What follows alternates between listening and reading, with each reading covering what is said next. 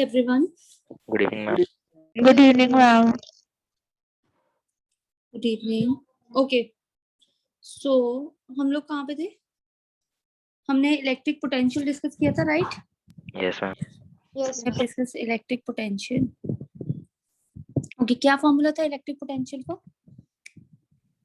ma'am. 1/4 epsilon naught Q by R. 1/4 pi epsilon naught Q by R. ठीक है. Okay, तो यहाँ पे पोटेंशियल का तो फॉर्मूला हमें पता लग गया. It is 1/4 pi epsilon naught Q by R. But एक पॉइंट मेरा ये भी था कि मैंने आपको बोला था कि इसमें हमें किसको वैल्यू देनी है? मैम प्लस और माइनस. मतलब कि हमें मैग्नीट्यूड के साथ साथ हमें ये भी देखना है कि उस चार्ज पे क्या पॉजिटिव है या क्या नेगेटिव है वो चार्ज, ये बताना है. Very good. ठीक है, तो अब इसी को लेकर अब हम नेक्स्ट जो टॉपिक कर रहे हैं यही आता है 5 मार्क्स में पोटेंशियल में से. ठीक है, तो पोटेंशियल में से सबसे इंपॉर्टेंट है दिस इज. ठीक है, दिस इज इम्पोर्टेंट वन जो अभी हम नेक्स्ट करने वाले हैं. ठीक है, इलेक्ट्रिक पोटेंशियल. डायपोल तो सबको याद है ना, क्या होती है डायपोल? Yes ma'am. क्या होती है dipole? Ma'am charge into length. Charge into length between the two charges, right?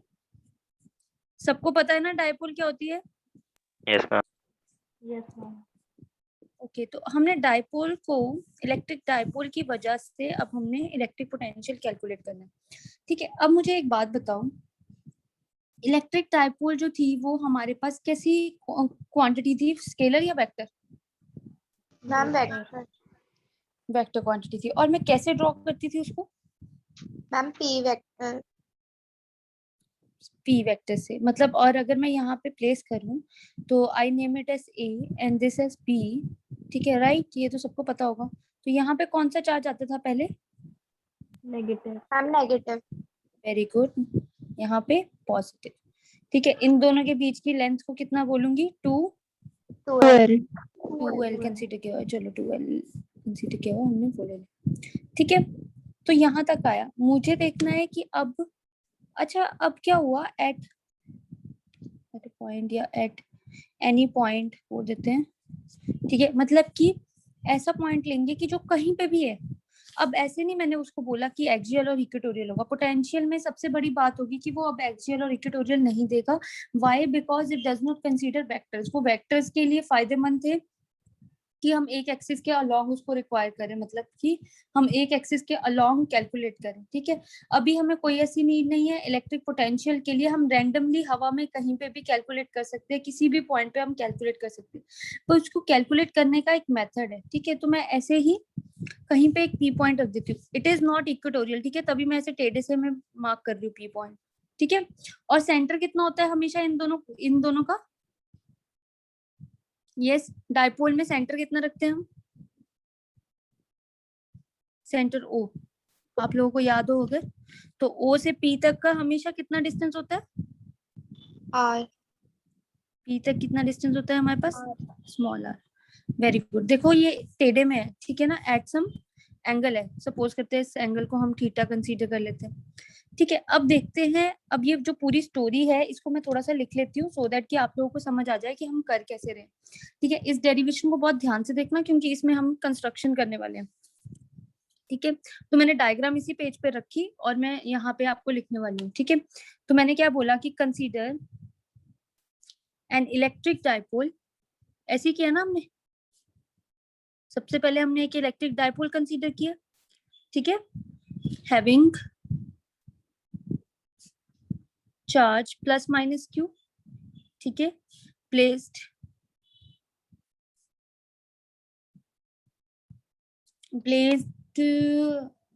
चाहे रहने दूं ऐसे. अच्छा, ये जो चार्जेस है placed at A and B respectively. Charges के बारे में हो रहा है. ठीक है, okay. It has center O. We want to find potential. V calculate करना है at point P due to it. it का मतलब क्या है? Electric dipole. ठीक है, यहाँ पे it का मतलब क्या होगा? इलेक्ट्रिक डायपोल की बात करते हैं. यहाँ तक सबको क्लियर है? जितनी मैंने डायग्राम बनाई है मैंने सिर्फ उसी को डिस्कस किया, इससे ज्यादा मैंने और कुछ डिस्कस नहीं किया। Is it clear? Yes, ma'am. Yes, ma'am. ठीक है, अब हम यहाँ पे ध्यान से देखते हैं कि सबसे पहले इस पॉइंट पे, पी पॉइंट पे, ठीक है, माइनस क्यू चार्ज की वजह से कितना पोटेंशियल आएगा। ठीक है, तो अगर माइनस क्यू चार्ज की वजह से पोटेंशियल आएगा तो क्यों ना मैं इसको इस तरह से लिख दूं, ठीक है, मतलब ज्वाइन कर दूं, क्योंकि सबसे पहले मुझे माइनस क्यू चार्ज की वजह से देखना है पी पॉइंट पे। ओके, अब क्या होता था हमारे पास कि जब इक्वेटोरियल होता था हमारे पास तो बहुत सही चीज हो जाती थी कि हम लोग क्या करते थे, A square plus B square under the root लगा देते थे। आज ये ऐसे राइट एंगल पे नहीं है, टेढ़े पे बैठी हुई है, ठीक है, कुछ स्लांट है हमारे पास। तो दैट मीन्स कि अब हम कैलकुलेट नहीं कर पाएंगे, तो पर फिर भी हम यहाँ पे नोटिस कर लेते हैं। मैं यहाँ पे लिखती हूँ electric potential due to minus Q charge. ठीक है, पहले नेगेटिव चार्ज लिखेंगे तो उसको लिखेंगे V1 इज इक्वल टू 1/4πε0। अच्छा एक बात बताओ, अब क्या नेगेटिव साइन कंसीडर करूं या नहीं करूं? Yes, ma'am. Yes, ma'am. Yes, very good. By, अच्छा डिस्टेंस r था, अब यहाँ पे डिस्टेंस कितना होगा? डिस्टेंस कितना होगा?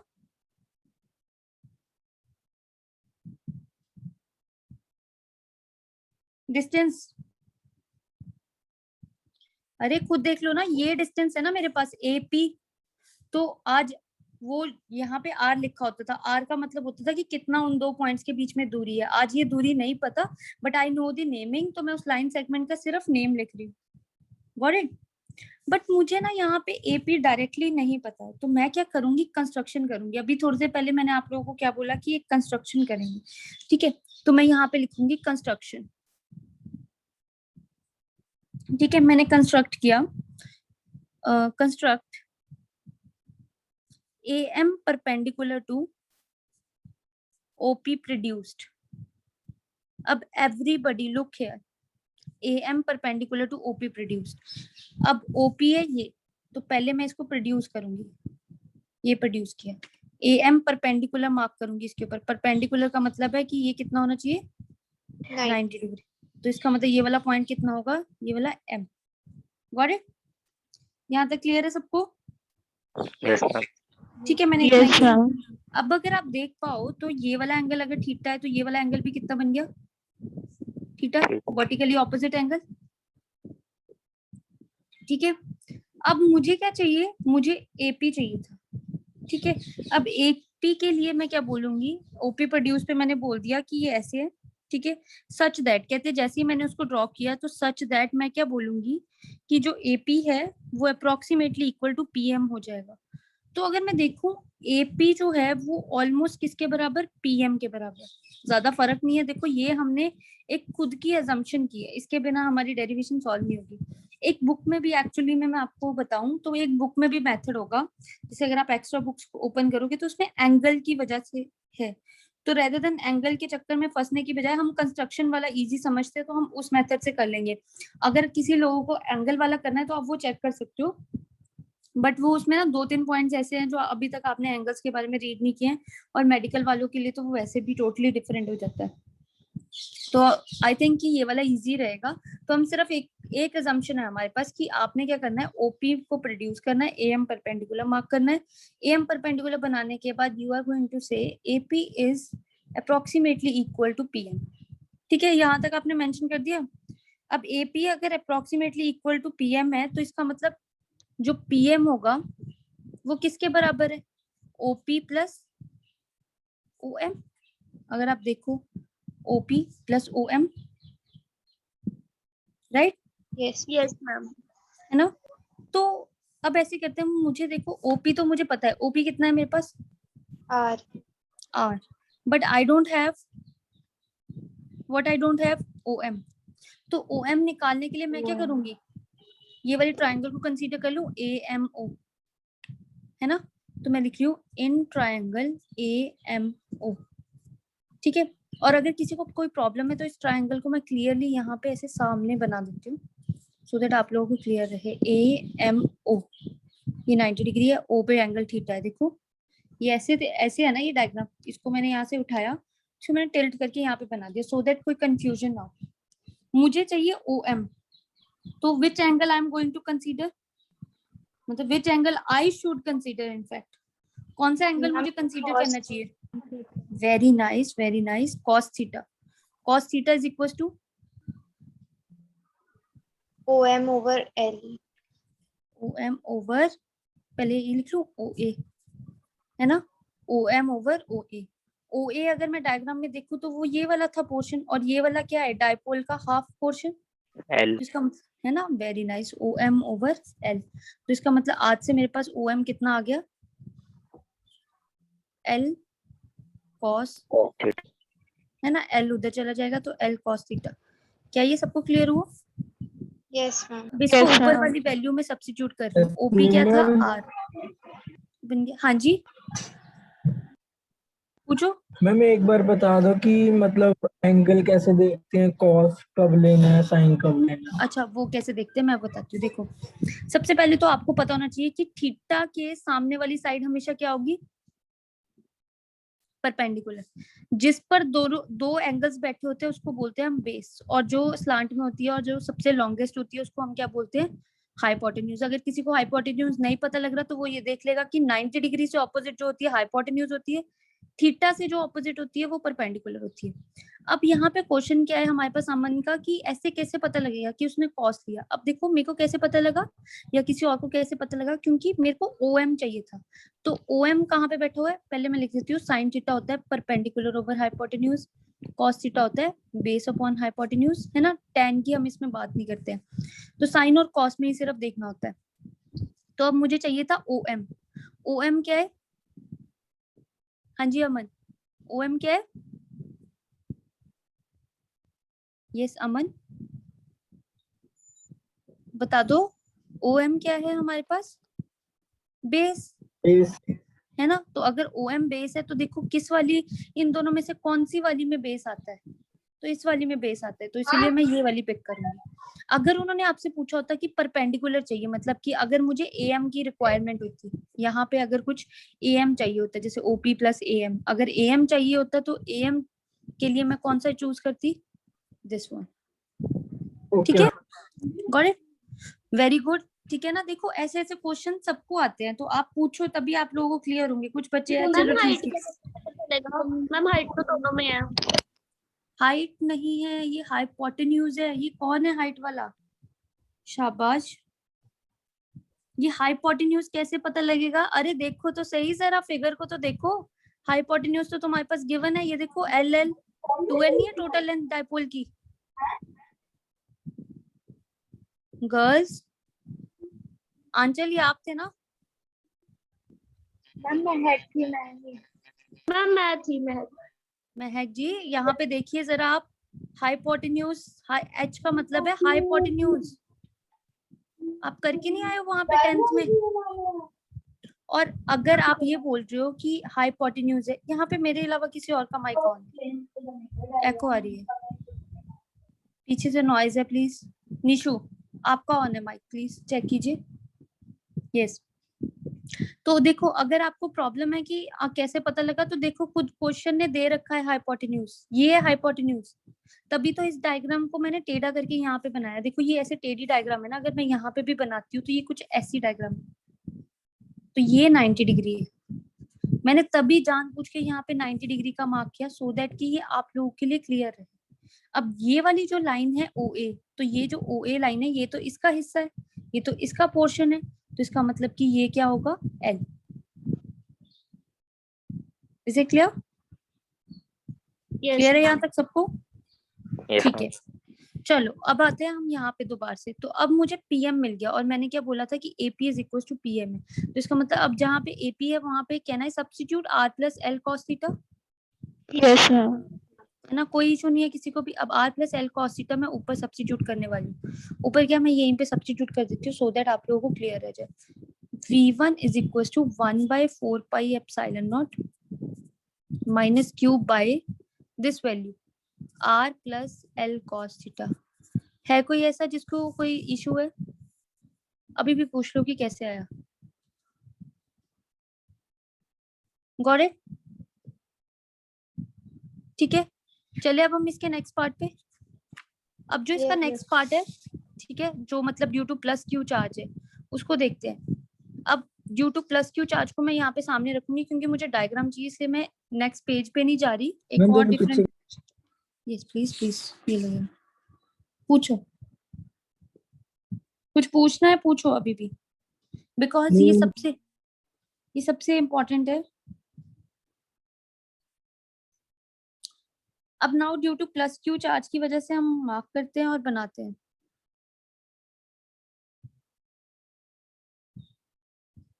चले,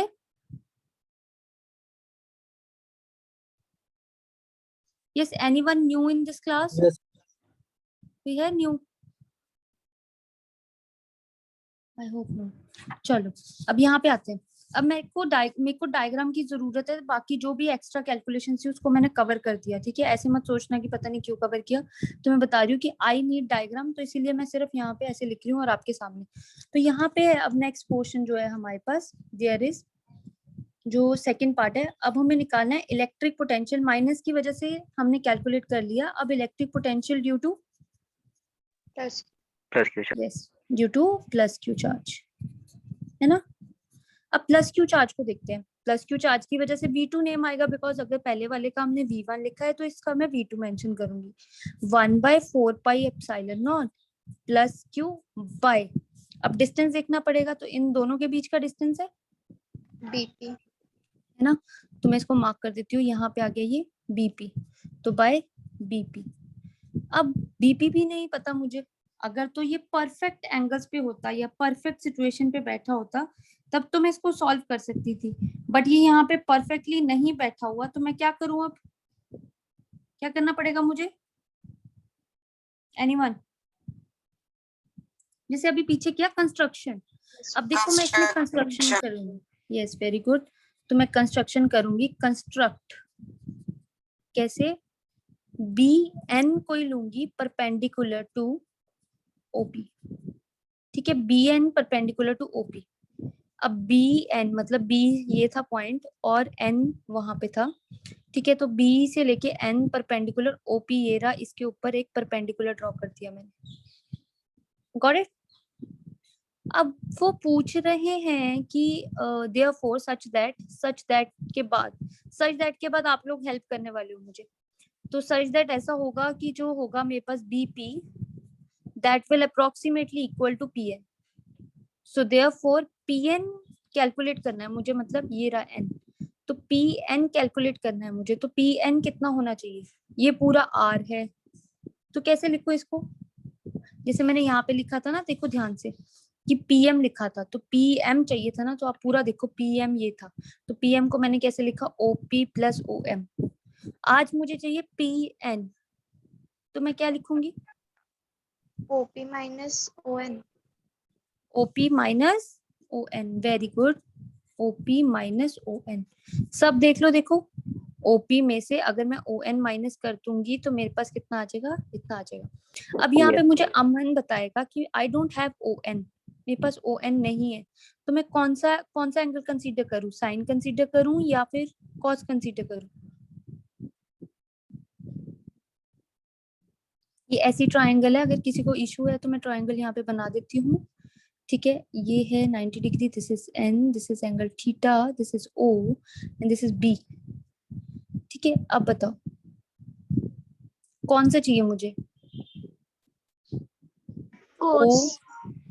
ये मेरे पास L है, कॉस चाहिए, वेरी गुड, तो मुझे चाहिए कॉस थीटा, तो कॉस थीटा कितना आएगा, ON by OB, that means ON by OB कितना है, L लेंथ, आप सबको पता है L लेंथ है OB, देखो, यस मैम। ठीक है, तो इधर जाके ON कितना बन जाएगा, L cos थीटा। अब मैं इसको यहाँ पे सब्स्टिट्यूट कर रही हूँ, OP क्या कितना था हमारे पास, कंप्लीट R, ठीक है, तो PN विल बिकम, यहीं पे सब्स्टिट्यूट कर देती हूँ, R minus L cos theta, ठीक है। अब जो V2 था उसका जो फाइनल रिलेशनशिप है वो कितना बन जाएगा, V2 will become total 1/4 pi epsilon nought plus Q by R minus L cos theta. Is it clear with everyone? Yes, ma'am. है ना? अब देखो मेरे पास 2 पॉइंट्स आ गए क्योंकि ड्यू टू डाइपोल कैलकुलेट कर रहे हैं. V1 भी आ गया एंड V2 भी आ गया. पर मुझे तो जो क्वेश्चन की हेडिंग है उसने क्या बोला है कि electric potential at any point due to electric dipole की वजह से निकालो. और वो एट एनी पॉइंट हमने कौन सा पॉइंट कंसीडर किया हुआ है? P, है ना? तो इसका मतलब कि अब मैं यहाँ पे प्रिंसिपल ऑफ सुपरपोजिशन लगाऊंगी. प्रिंसिपल ऑफ सुपरपोजिशन लगाने का मतलब है कि मैं क्या करूंगी? V is equal to V1 plus V2. Very good Palak, very good. ठीक है, तो वी नो, तो मैं डायरेक्टली अब आगे क्या करने वाली हूँ? V1 भी आ गया है मेरे पास एंड V2 भी आ गया है मेरे पास. तो मैं आगे क्या करने वाली हूँ? V is equal to V1 plus V2. तो V is equal to V1 की वैल्यू कितनी थी मेरे पास? 1/4 pi epsilon not minus Q R plus L cos theta. तो I am going to substitute 1/4 pi epsilon not minus Q R plus L cos theta. और यहाँ पे कितना सब्स्टिट्यूट करूंगी? Plus 1/4 pi epsilon naught Q R minus L cos theta. Is it clear सबको? Yes, ma'am. Yes, ma'am. ठीक है. अच्छा, अब ये आ गया मेरे पास. अब मैं क्या करूंगी? जो चीज दोनों में कॉमन है, सिंपल कैलकुलेशंस करनी है नाउ. तो there is no need to do अभी और बहुत कुछ. ठीक है, अब सिंपल कैलकुलेशंस करेंगे. अब सिंपल कैलकुलेशंस में मैं क्या करूं? Ma'am 1/4 pi epsilon naught common लेके. हाँ, वेरी नाइस. और Q भी तो कॉमन ले लो. Q भी तो दोनों में है. Ma'am, क्यों भी तो common? Q भी दोनों में है, देखो चार्ज. और 4 पाई एप्सिलॉन नॉट भी दोनों में. तो यहाँ पे कितना बच गया? -1 R plus L cos theta plus 1 R minus L cos theta. I hope it is clear with everyone. Yes, ma'am. Very good. अब देखो जरा यहाँ पे अगर मैं एलसीएम लूंगी, ये है a प्लस बी और ये a माइनस बी. तो ऐसा कभी सुना है a plus B, a minus B? A square इसका minus रूल B square. वाह, तुम लोग तो बड़े स्मार्ट हो. तो बस फिर लिख दो r square minus L square cos square theta. है ना? यहाँ तक आ गया. अब देखो, अब एलसीएम लिया है ना, तो क्योंकि ये दोनों टर्म्स थी नीचे मल्टीप्लाई में, तो इसके पास माइनस वाला नहीं था, तो ऊपर बाहर माइनस ऑलरेडी है. इनसाइड कितना चल जाएगा? r minus. मेडिकल वाले प्लीज ध्यान से समझे, अगर एलसीएम है तो जो डिनोमिनेटर में होता है नीचे वाले के साथ डिवाइड, ऊपर वाले के साथ मल्टीप्लाई. अगर मैं इस पूरी टर्म को डिवाइड करती इसके साथ तो ये बच जाता और ऊपर वाले के साथ वो चीज मल्टीप्लाई हो जाती है. ठीक है? और ये देखो, या फिर ऐसे समझ लो, इसका डिनोमिनेटर इसके न्यूमिनेटर पे और इसका डिनोमिनेटर इसके न्यूमिनेटर पे. है ना? अब जल्दी से जल्दी सॉल्व करो. 4 पाई एप्सिलॉन नॉट. ठीक है, तो ये बनता minus R plus L cos theta. ये बनता plus R plus L cos theta divide by R square minus L square cos square theta. ठीक है, तो ये इससे कैंसिल, एक प्लस का एक माइनस का. सबको क्लियर हो जाना चाहिए. तो V इज इक्वल टू हमारे पास कितना आता? Q by 4 pi epsilon not. यहाँ पे L cos theta plus L cos theta 2L cos theta. 2L cos theta. Very good. अब बॉयज बोलेंगे. बॉयज में से कोई मेरे को आंसर देगा? कौन देगा मुझे आंसर इस चीज का कि यहाँ पे कुछ मुझे एक टर्म दिख रही है. ठीक है, और वो टर्म कुछ ऐसी है कि जिसको मैं यहाँ पे अभी मार्क करने वाली हूँ. This and this. What is this? Ma'am, dipole. Very good, very nice. बाकी बॉयज, भाई कुणाल. मैम मैंने ही बोला है. नहीं, मैं बाकियों से पूछ रही हूँ. कुणाल ने तो दे दिया आंसर. बाकी एक कुणाल ने आंसर दे दिया. बाकी लोग? Q इंटू 2L हमारे पास क्या बन जाएगा? P, dipole. है ना? तो अब डाइपोल हमारे पास आ गया, तो मैं इसको यहाँ पे सिर्फ सब्स्टिट्यूट कर रही हूँ. इसको मैं सामने ही रखती हूँ, इस वाले रिलेशन को. ठीक है, इस वाले रिलेशन को मैंने सामने रखा और दूसरे वाले में मैं सब्स्टिट्यूट करती हूँ. तो वी हैव हियर यहाँ पे V is equal to 1/4 pi epsilon nought T cos theta by under the root R square minus L square cos square theta. Got it? Is it clear? यहाँ तक answer आ गया. ये हमारा final relation है इसकी वजह से। बट आप लोगों को पता है कि कोई भी ये डेरिवेशन कंप्लीट नहीं होती है जब तक हम क्या नहीं करेंगे, special case. Very good, special cases. अब स्पेशल केसेस में मैं क्या एक्सपेक्ट करूंगी कि if R square R is very very greater than L, ये तो हम जनरलाइज सब्स्टिट्यूट करते हैं, तो then R square minus L square cos square theta will be approximately equal to R square. Directly मैं सब्स्टिट्यूट कर रही हूँ और कुछ ऐसा पर्पस नहीं है, मैं डायरेक्टली सब्स्टिट्यूट कर रही हूँ, ठीक है। अच्छा, ऊपर वाले में हमारे पास पक्का से आर तो नहीं ना बचा था कोई, नहीं, ठीक है। तो अब हम यहाँ पे सब्स्टिट्यूट करेंगे तो हमारे पास कितना आ जाएगा, v is equal to 1/4 pi epsilon nought p cos theta by R square. इस पूरी टर्म की जगह पे एक आर स्क्वायर आ जाएगा हमारे पास, ठीक है। बट यहाँ पे भी अभी हमारे पास ये पूरी टर्म सेटिस्फाई नहीं होती है, क्योंकि आपको पता है कि हमारे पास जो पोटेंशियल है it is a scalar quantity. पर अगर आप देखो तो potential directly proportional to dipole आ रहा है, दैट मींस कि पोटेंशियल एक तरह क्या रिप्रेजेंट कर रहा है कि मैं वेक्टर क्वांटिटी हूँ। तो मेरी डेरिवेशन में तो नहीं कोई गलती हुई, तो हमने क्या किया, इसको multiply and divide by R किया। तो जब मैंने इसको multiply and divide by R किया तो मेरे पास क्या बचा, 1/4 pi epsilon nought P R cos theta by R cube. अब यहाँ पे देखना जरा, v इज इक्वल टू, अब ये पी आर कॉस थीटा बन गया। अब आपको पता है कि कौन से ऐसे दो प्रोडक्ट्स है, एक हमने किया था डॉट प्रोडक्ट और एक हमने किया था क्रॉस प्रोडक्ट। कौन सा प्रोडक्ट है जो स्केलर नेचर में होता है, डॉट प्रोडक्ट। तो आप देख पा रहे हो कि कौन सी दो टर्म्स डॉट प्रोडक्ट बनाएंगी यहाँ पे, ma'am p and r। Very good Palak. तो हमारे पास क्या बन जाएगा, पी आर कॉस थीटा है ना, तो क्या मैं इसको लिख सकती हूँ, ये भी एक वेक्टर क्वांटिटी होता है, डिस्टेंस भी एक वेक्टर क्वांटिटी है, तो बाय आर क्यूब। लो, तो मतलब कि जो पोटेंशियल है वो हमारा डॉट प्रोडक्ट है किसका, इसका। तो इसका मतलब scalar quantity is equals to some scalar quantity. अच्छा, ऐसे होता कि मैं आपको यहाँ तक लिखवा देती और इसके आगे मैं सॉल्व भी नहीं करवाती, मतलब डन, ये पूरा मतलब कैंसिल हो जाता। तो पॉइंट क्या आता है कि अब मैंने तो अपनी तरफ से आप लोगों को यहाँ तक करवा दिया, ना ही आप लोग कोई क्वेश्चन अराइज करते, ना ही आप लोगों ने किया।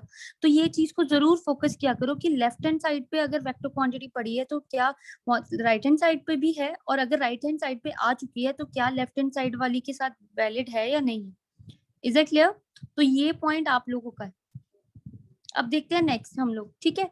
अब कहते हैं कि अगर ये था फर्स्ट स्पेशल केस, इससे स्पेशल केसेस पे ही क्वेश्चन बनता है, ठीक है। ये था फर्स्ट स्पेशल केस। क्या ये सबको क्लियर है? इज देयर एनीवन जिसको स्पेशल केस नहीं क्लियर? हरमन, अंश, आई होप सबको क्लियर है। चलिए, तो अब वेरी गुड चंदन। अच्छा, तो अब हमारे पास क्या है, अब जो सेकंड स्पेशल केस आएगा वो क्या आएगा, क्योंकि obviously whenever there is dipole तो हम एक्सियल और इक्वेटोरियल पॉइंट्स को देखते हैं। तो बोलते कि आपने यहाँ पे डिस्कस नहीं किए, उनको इस बेसिस पे डिस्कस करते हैं ना। तो हम बोलते कि इफ वेयर पॉइंट P, या फिर ऐसे लिख सकते हैं, if point P lies on the axis, अगर वो एक्सिस पे लाई करते हैं तो उसको कौन सा पॉइंट बोलते हैं हम, एक्सियल पॉइंट। Very good. तो अगर वो एक्सिस पे लाई करता तो थीटा कितना हो जाता, 0। अगर किसी बच्चे को यहाँ पे थीटा वाली बात नहीं समझ आई है तो उसको मैं दिखा दूं यहाँ पे कि ये वाली थीटा की बात कर रही हूँ मैं, कि अगर ये जो थीटा है, ठीक है, अगर ये वाला जो P पॉइंट है इसको लीव करके ये P पॉइंट एक्सिस पे लाई करता, मतलब अभी यहाँ पे है ना ये फिलहाल, अगर ये यहाँ की बजाय यहाँ पे आ जाता एक्सिस के ऊपर, अगर ये यहाँ पे आ जाता, यहाँ से यहाँ पे आ जाता, तो ये जो थीटा यहाँ पे बना हुआ है ये कितना हो जाता, बिल्कुल 0, मतलब खत्म ही हो जाता। तो अगर थीटा 0 हो गया तो इस एक्सप्रेशन में हम सब्स्टिट्यूट करके देखते हैं और आंसर कैलकुलेट करते हैं कि हमारे पास कितना आया। अच्छा, अब कई बार कंफ्यूजन रहती है कि हम कौन से एक्सप्रेशन में सब्स्टिट्यूट करें, तो ये वाला जो है ना हमारे पास, उस पे इसको नहीं देखना स्पेशल केस वाले को, ये हमने स्पेशल में ही कंसीडर किया हुआ। तो इस वाले एक्सप्रेशन में मैं सब्स्टिट्यूट कर रही हूँ, v इज इक्वल टू कितना बनेगा, 1/4 pi epsilon not cos 0 degree कितना होता है, 1 है ना, तो वो 1, ठीक है। नीचे क्या आ जाएगा, r स्क्वायर माइनस L तो इसका मतलब ये किसका रिलेशन बन गया हमारे पास, किसका रिलेशन बन गया, VX. We axial. बल्कि इसमें भी हम ये रिलेशन लगा सकते हैं, if R is very very greater than L then R square minus L square is approximately equal to R square, then V axial is equal to 1/4 pi epsilon nought P by R square. Got it? Is it clear? Ma'am यहाँ पर Yes, भी ma'am. Dipole directly proportional है. क्या यहाँ पे भी dipole हमारे पास, आपने क्या बोला? अच्छा हाँ, आप बोल रहे हो यहाँ पे भी डाइपोल हमारे पास डायरेक्टली प्रोपोर्शनल है एक्सिस के, बट एक्चुअली में इन्होंने एक पॉइंट बोल दिया ना कि अब हमने जो है एंगल को रिस्पॉन्ड नहीं करना है, यहाँ पे एंगल को कंसीडर कर दिया ना, क्योंकि अगर वो कहीं हवा में होती, बैठी हुई होती, कोई डायरेक्शन में नहीं होती, अब तो उसने पहले ही बोल दिया कि जो मैंने पोटेंशियल लिया है ना वो मैं एक्सिस के अलोंग ले रहा हूँ, तो ये जो एंगल है, एंगल ने एक तरह क्या डिफाइन कर दिया, उसकी ऑलरेडी डायरेक्शन दे दी हुई है, मतलब हम कंडीशन जो लगा रहे हैं वो डायरेक्शन वाली पहले से लगा रहे हैं।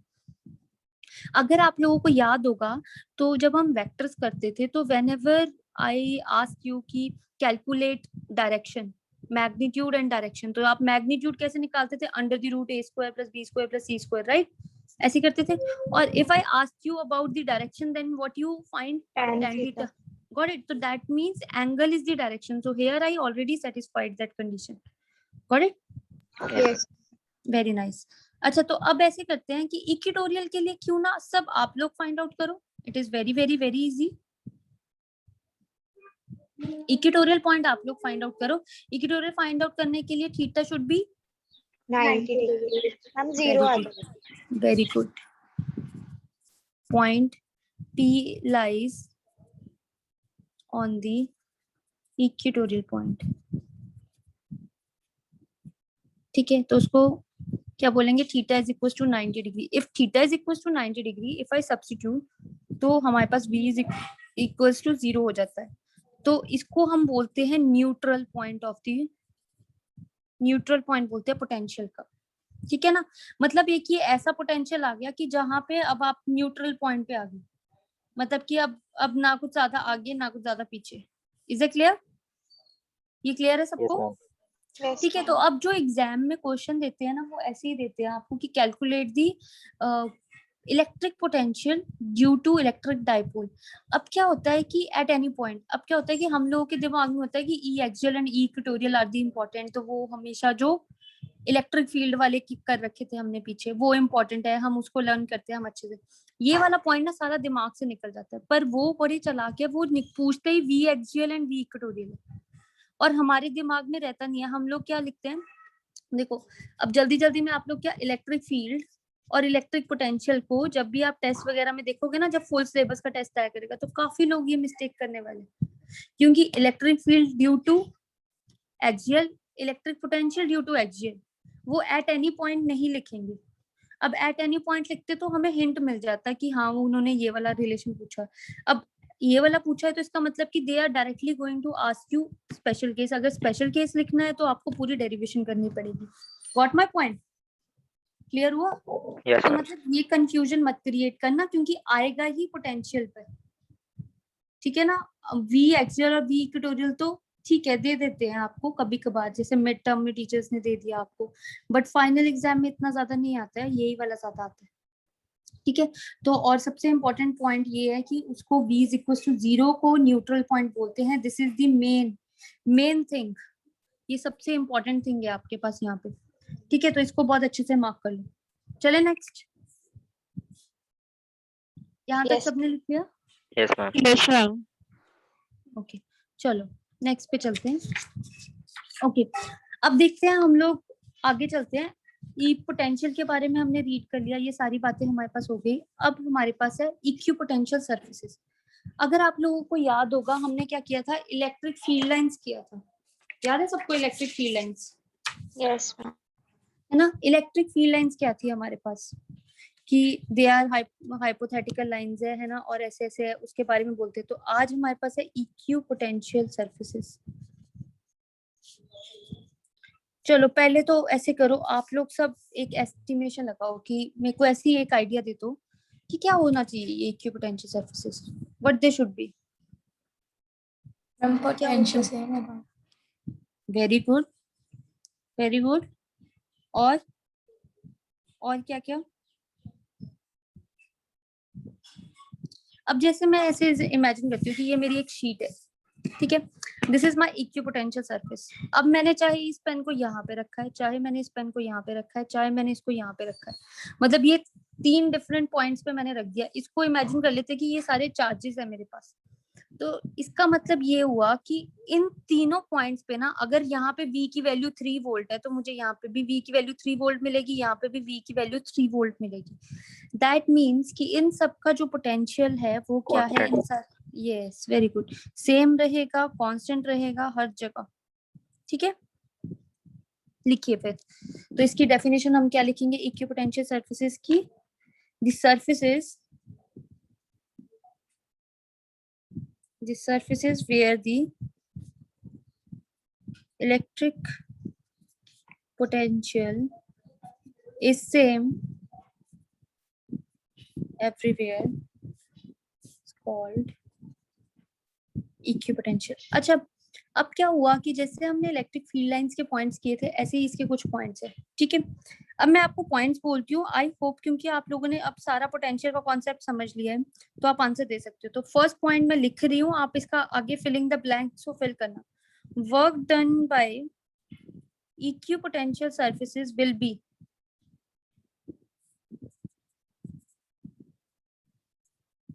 कैसा होना चाहिए वर्क डन इक्विपोटेंशियल सरफेसेस की वजह से? ऐसे लिख देती हूँ, विल बी ब्रैकेट में, in bringing a charge from one point two another. चलो अब बता दो, एक जगह से दूसरी जगह पे लेके आने में एक चार्ज को वर्क डन कितना करना पड़ेगा? एनीवन, कोई एक तो होगा तुम में से जो आंसर दे पाएगा। 1 जूल 1 वोल्ट 1। पोटेंशियल बाय, हाँ जी, क्या बोला आपने अभी लास्ट? किसे बोला? पोटेंशियल बाय पोटेंशियल, सॉरी चंदन मुझे सुना नहीं, पर मेरा आंसर है 0। अब कोई एक्सप्लेन ही कर दो। अब अगर आप सोचो, मैंने अभी आपको शीट की एग्जांपल दी थी, देखो ये इक्विपोटेंशियल सरफेस है, एक चार्ज और एक चार्ज यहाँ पे है, ये ए पॉइंट है, ये चार्ज बी पॉइंट। तो देखो ना, ये अरे चार्ज सेम होने की बात नहीं है, पोटेंशियल सेम होने की बात है। आपको देखो ना, VAB by Q is equal to, यही था ना उस दिन, VB माइनस VA, ये फॉर्मूला करवाया था। तो इधर से इधर इसको अगर मैं मल्टीप्लाई कर रहा हूँ तो VB माइनस VA कितना हो जाएगा, क्योंकि पोटेंशियल सेम है। Since VA is equals to VB is equals to V, तो ये कितना हो जाएगा 0। तो वर्क डन कितना होगा? तो वर्क डन कितना होगा? 0। तो फिर ये आंसर क्यों नहीं आया सबको? पहले एक बात बताओ, ये फॉर्मूला किया है कि नहीं किया है? ऐसा किया। तो फिर स्ट्राइक क्यों नहीं किया आप सबके दिमाग में? ये क्या बात हुई? अच्छा अब देखो, अगर वर्क डन 0 है तो हमारे पास, अगर वर्क डन 0 है तो अगर तुम लोग मुझे ये बताओ कि इक्विपोटेंशियल सरफेस डायरेक्शन देना चाहिए तो वो कैसी देगा? If work done is 0, second point is 0, then अगर आप लोगों को याद हो वर्क डन क्या होता है, F डॉट ds, राइट? इसको ऐसे भी लिख सकते हैं, QE डॉट ds लिख सकते हैं ना? एक सेकंड,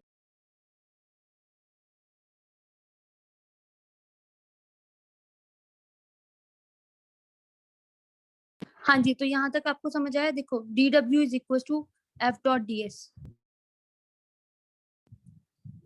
F डॉट ds आया, तो F का मतलब मैंने यहाँ पे ये कैसे लिखा, ये बताओ मुझे, ये कैसे आया?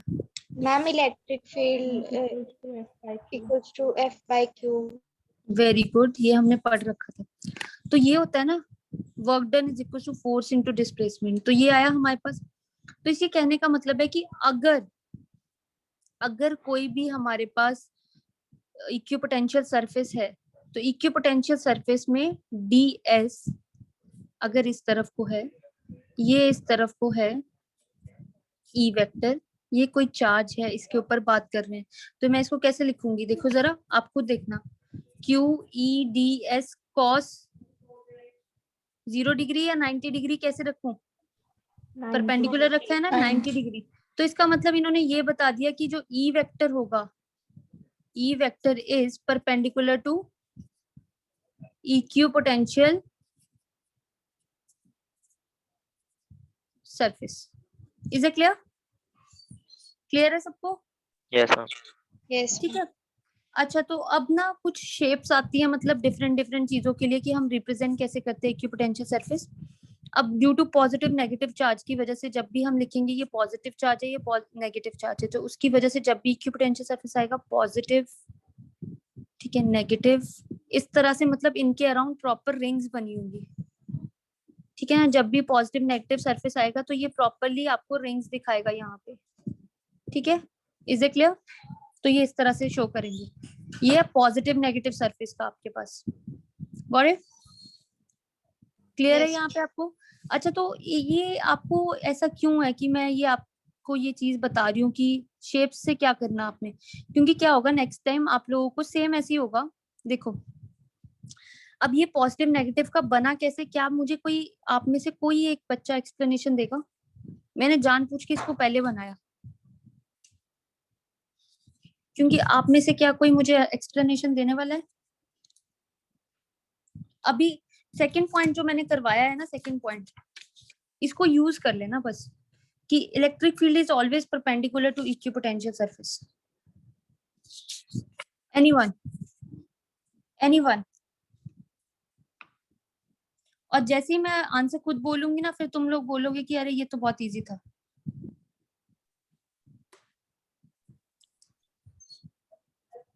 हाँ जी, बताओ बताओ बताओ। ये देखो, अगर मैं प्लस क्यू चार्ज की वजह से बनाती हूँ, ध्यान से देखना, प्लस क्यू चार्ज की वजह से आप सबको याद था कि मैं इलेक्ट्रिक फील्ड लाइंस कैसी बनाती थी? आउटवर्ड। Very good. ये लो, मैंने सारी इलेक्ट्रिक फील्ड लाइंस बना दी आउटवर्ड्स आउटवर्ड्स आउटवर्ड्स। अच्छा, तो अब मैंने क्या बात की कि मुझे क्या बनाना है? इलेक्ट्रोस्टैटिक पोटेंशियल सरफेस देखना है। तो पोटेंशियल सरफेस अगर मैं देखूंगी तो इस वाले पोर्शन से थोड़ा सा परपेंडिकुलर, राइट? ये वाले हिस्से से भी परपेंडिकुलर, ये वाले से भी परपेंडिकुलर है, ये वाले से भी परपेंडिकुलर है, ये वाले से भी परपेंडिकुलर है, ये वाले से भी परपेंडिकुलर, ये वाले। तो अगर मैं इसको ज्वाइन करूं तो व्हाट इट विल बिकम? क्या बनाइए? एक सर्कुलर रिंग है ना, एक सर्कल बना। सेम गोज फॉर, सेम ही चीज हमारे पास किसके लिए चल जाएगी? नेगेटिव के लिए। तो अगर बीच में नेगेटिव साइन है तो उसकी वजह से भी हमारे पास कैसा बन रहा है? सर्कुलर। तो ये अगर लाइंस है तो वो सारी क्या आएंगी इससे? Electric field lines invert, but they are always perpendicular to the equipotential surface. Got it? तो अब क्या आप लोग मुझे रीजन बता पाओगे कि वाई इक्विपोटेंशियल सरफेस इन दोनों की वजह से ऐसा बना? वो जहाँ पूरा प्रॉपर सर्कल रहा था, पर क्योंकि साथ में इसका भी है तो अट्रैक्टिव इन नेचर आया ना, तो इसलिए ये मीट कर गए। Is it clear? Yes yes ma'am. अब क्लियर हुआ आप सबको? Yes, अच्छा, ma'am. यस ठीक है ना, हर चीज का एक लॉजिक है फिजिक्स में ना, ऐसे नहीं कि उठाकर किसी ने समझा दिया और आपने लिखते रहना है। इस बार थोड़ा सा मैं चाहती हूँ कि अभी तक जितनी भी हमने बातें की उन सबका एक रीजन है पीछे, कुछ ऐसे क्रैमिंग नहीं हुई है, तो ऐसे ही चले, ठीक है? अब ध्यान से समझना, अगर आपके पास आप लोगों को ये भी सिखाया था कि अगर इक्विपोटेंशियल सरफेस और uniform field, uniform electric field, कौन बनाएगा? चलो बनाओ, यूनिफॉर्म इलेक्ट्रिक फील्ड बनाओ पहले। लो, ऐसे ही बनाते हैं ना uniform electric field, equidistant, parallel lines. Clear है ये सबको? यस है ना? चलो, अब इसका मैं मार्क कर रही हूँ, ध्यान से देखना। अब मुझे देखना था कि इस यूनिफॉर्म फील्ड का है ना, तो ये देखो ये एक लाइन इससे परपेंडिकुलर, इक्विपोटेंशियल सरफेस परपेंडिकुलर, क्योंकि ये यूनिफॉर्म फील्ड रियलिटी में एग्जिस्ट करता है, मतलब 3D में एग्जिस्ट करता है। तो मैं जब इसकी बनाऊंगी तो मैं इनको ज्वाइन करूंगी, right, and I will make them as a sheet. कैसे शो करूंगी मैं इनको? As a sheet. Are you getting it? क्या सब पहचान पा रहे हैं? तो इसका मतलब कि जब भी यूनिफॉर्म इलेक्ट्रिक फील्ड आएगा, उसकी वजह से जो हम इक्विपोटेंशियल सरफेस शो करेंगे वो कैसा होगा? हाँ जी, वो कैसा होगा? शीट। अरे पैरेलल शीट्स, ठीक है ना? Got it? चलो आ गया आंसर। चलिए नेक्स्ट करें। अच्छा Yes. तो यहाँ तक सबको क्लियर है? इक्विपोटेंशियल सरफेसेस समझ आया आप सबको? Yes, ma'am. Work done on the equipotential surfaces, Yes, ma'am. Work done on the equipotential surface is 0. 0. 0. yes, is 0, and electric field lines are always perpendicular to Equipotential surface. Equipotential surfaces, एक जैसे एक समान surfaces, ठीक है। अब है very very very very very important relation. Why I am saying very very important? क्योंकि ये आज नहीं, जो अभी हम रिलेशन करने जा रहे हैं, ये तो आने वाले जितने आगे यूनिट्स चलते जाएंगे ना, चैप्टर्स चलते जाएंगे, उन सब में यूज होगा ये वाला जो रिलेशन है, ठीक है। तो अब यहाँ पे relation between electric field and electric potential, ठीक है। मैंने वो इसमें ऐसे क्यों लिखा? सो दैट कि आप लोगों को ज्यादा क्लियर रहे, ठीक है। अब इसको करने के लिए ना, कहने को तो मैं डायरेक्टली एक वो लिख दूं, जो फॉर्मूला है मैं डायरेक्टली लिख दूं, क्योंकि कोई डेरिवेशन नहीं पूछने वाला आप लोगों से। पर फिर भी स्टिल इन केस, जैसे 1 मार्क में कई बार ना नीचे एक आ जाता है कि प्रूफ करो साथ में, तो आप वो छोड़ाओगे कि हाँ किसने बोला था, एक रिलेशन लिख के आ जाओगे, तो ठीक है ना। उस चीज को अवॉइड करने के लिए हम समझ भी लेते हैं और हमें पता भी लग जाएगा कि कहाँ से आया। अब देखो कहने का मतलब है, मैंने 2 शीट्स बनाई, एक शीट यहाँ पे, एक शीट यहाँ पे, ठीक है। Got it? ये है V और इसके पास है पोटेंशियल V प्लस dV, मतलब ये थोड़ी नीचे बैठी हुई है तो इसका इतना है, और ये थोड़ी हायर पॉइंट पे तो इसका इतना है। अच्छा एक बात बताओ मुझे, कोई चार्ज लेके जा रही हूँ मैं, उसको भेज रही हूँ A वाली शीट से B वाली शीट पे, तो चार्ज जा रहा है यहाँ पे। अच्छा एक बात बताओ, जो इलेक्ट्रिक फील्ड है उसकी डायरेक्शन क्या होनी चाहिए? इसी को देखकर इलेक्ट्रिक फील्ड की डायरेक्शन क्या होनी चाहिए?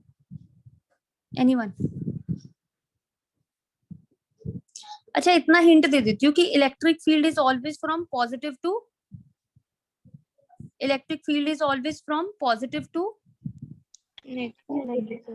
To negative. अगर मैं उसको थोड़े से और अच्छे वर्ड्स में बोलूँ तो can I say this, electric field is always from higher potential to lower potential? Yes, ma'am. तो can you Yes. See the direction of electric field now? B to A. Very good. अब देखो higher potential किसका है? B वाली का है और इस वाली का है। इसका एक रीजन था और वो आप लोगों को पता लग गया,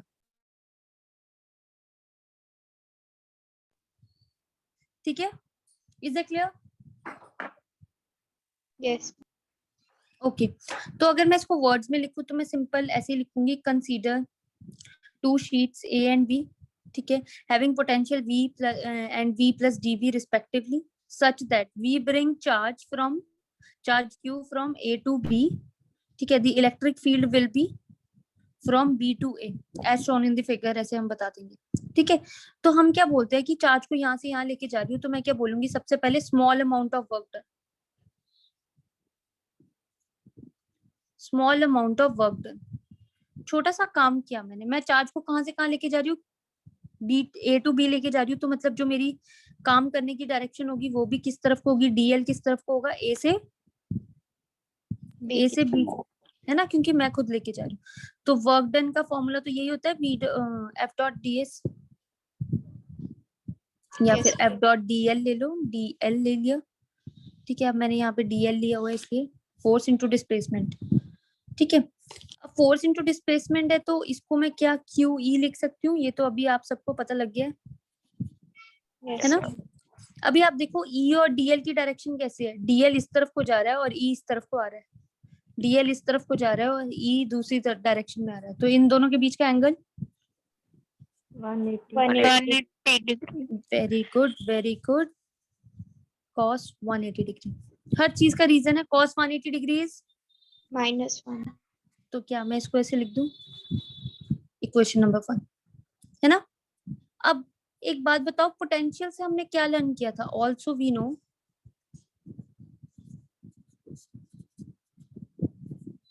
लिख सकते हो?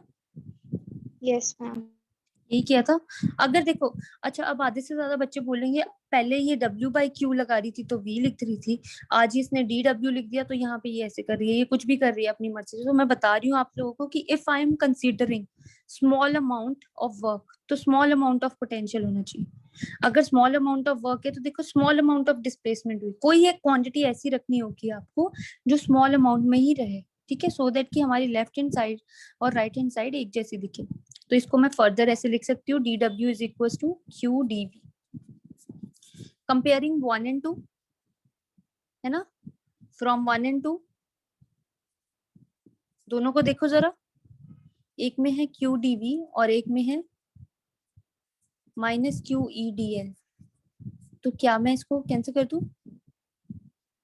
कर दिया? Yes. तो यहाँ पे मेरे पास कितना आ गया, dV/dL is equal to -E, या फिर और E is equal to -dV/dL। Very very very very very important relation, इसको बोलते हैं हम, इसका नाम जो होता है इसको बोलते हैं पोटेंशियल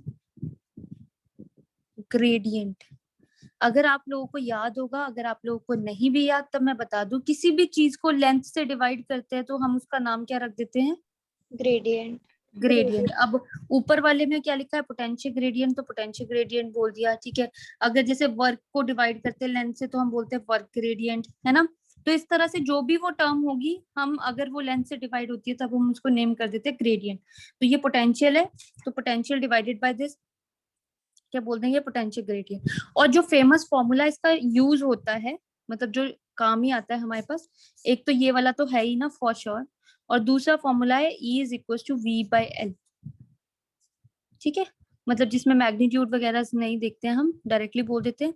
नेगेटिव सिर्फ हमारे पास क्या बोल रहा है कि ये डिक्रीज कर जाता है हमारे पास, ठीक है ना, क्लियर, इज इट क्लियर? अच्छा Yes, sir. एक और पॉइंट हमारे पास, अगर हमारे पास पोटेंशियल इक्वी पोटेंशियल सर्फेसिस हैं तो डीवी का मतलब क्या हुआ, change between 2 points, difference between 2 points, तो ये क्या हो जाएगी, Ma'am, VA minus VB. क्या VE माइनस VB हो जाएगा ना, मतलब ये जो चीज आएगी ये क्या आ जाएगी, एक तरह से इक्विपोटेंशियल सर्फेसिस के लिए जो चेंज होगा वो क्या हो जाएगा, 0। तो दैट मींस उसकी वजह से इलेक्ट्रिक फील्ड कितना होगा हमारे पास, दैट मींस इलेक्ट्रिक फील्ड कितना हो जाएगा हमारे पास, अरे जब ये चेंज ही हमारे पास 0 होगा तो इलेक्ट्रिक फील्ड कितना आ जाएगा, 0. 0 या कांस्टेंट, यहाँ पे कांस्टेंट होना चाहिए ना, तब ये जाके 0 बनता है ना हमारे पास। तो अगर यहाँ पे 0 है तो यहाँ पे ये वाली चीज क्या हो जाएगी, इस पॉइंट को एक बार मुझे फिर से चेक करने दो, नहीं ये 0 करके नहीं आएगा हमारे पास, सिर्फ यही 0 रहेगा, इस पे कोई फर्क नहीं पड़ेगा।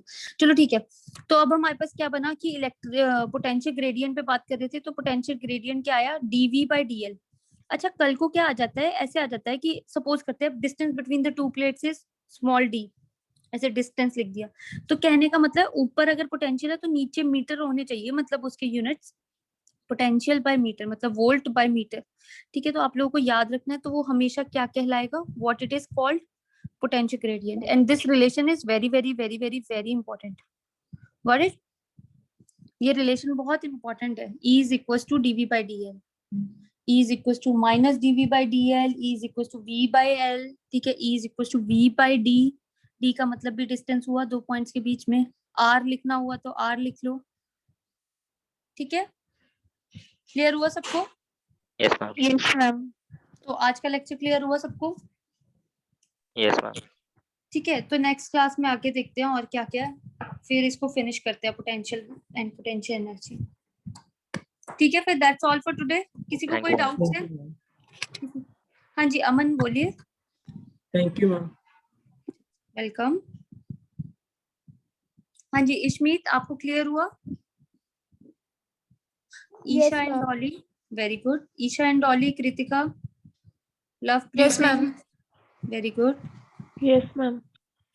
महक, दोनों महक, नंदिनी, पलक,